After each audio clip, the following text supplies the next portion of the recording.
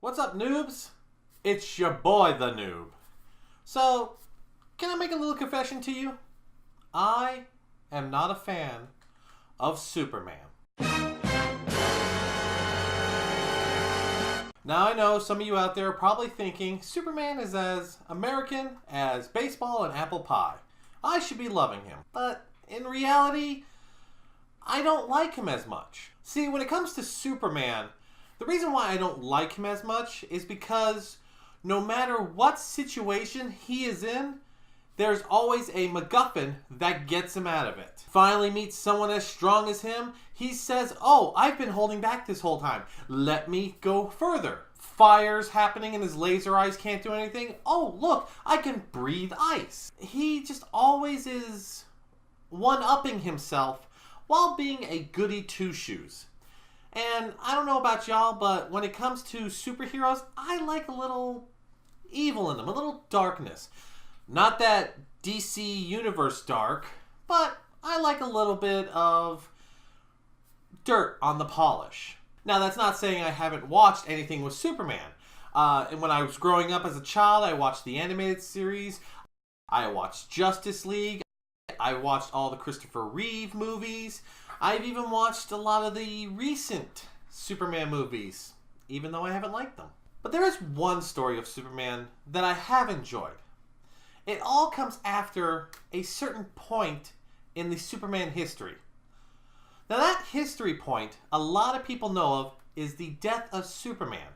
Now, that's when Doomsday came down and Superman and him fought, and eventually Superman did win, but he died in the process. The story that I have recently started to enjoy is the story that comes after him. The after effects of now Superman is gone and there's a gap in the heroes. During this time, things start to change. Criminals now know that Superman is no longer around. The Justice League is having to pick up the pace and people are getting braver. But what do you do with the gap of Superman? No one can replace him.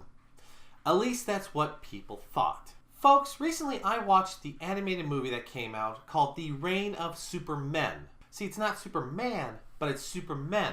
This story focuses around 4 individuals who have appeared and have taken the role of Superman up on their own. Now you might be wondering, who are these 4 people who have taken the role of Superman? 3 of them seem to believe that they are Superman in one form or another. And the 4th one is someone who is trying to live up to Superman. Let's go through the characters and I will discuss a little bit of each one. The first one is known as Superboy. He is a teenage Superman who, as I like to call him, and others have as well, the Kardashian of Supermen. He likes the limelight. Whatever he can do to be in front of a camera, to have the public love him, he will do it. The next character on the list is the Eradicator.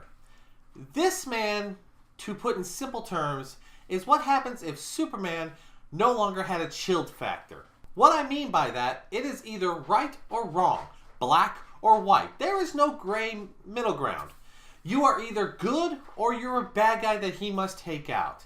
And he does not hold back. He actually defeats bad guys by breaking them.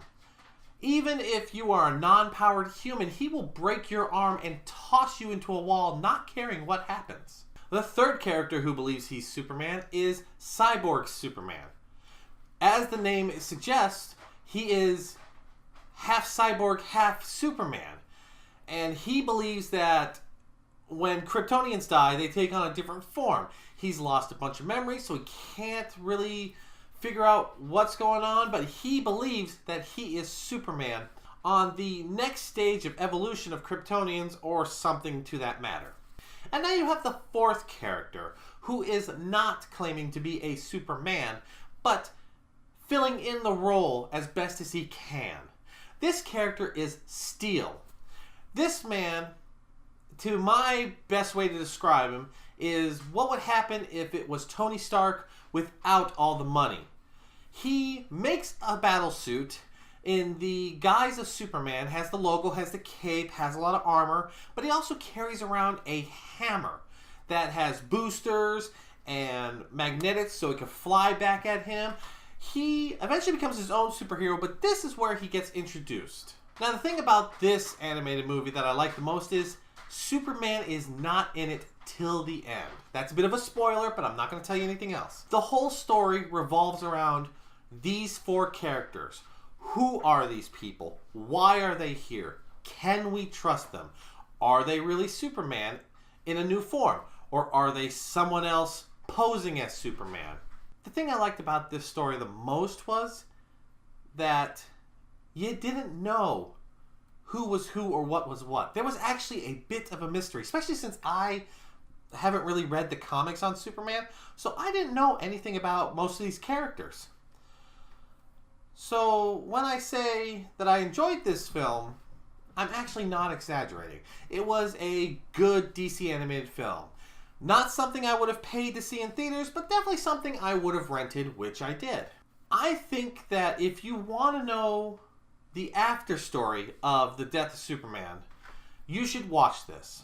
And I think everyone should, because there's so much talk of the death of Superman, the thing that scarred people. But they never really talk about the after story, which this does, and I think people should know. Folks, I'm the noob. I wanted to tell you about this animated movie that I watched, and I think y'all should go see it. Do you know the backstory of these characters? Are any of these your favorite? Let me know in the comments below. Anyways, I'm the noob. I'll catch you later. See ya.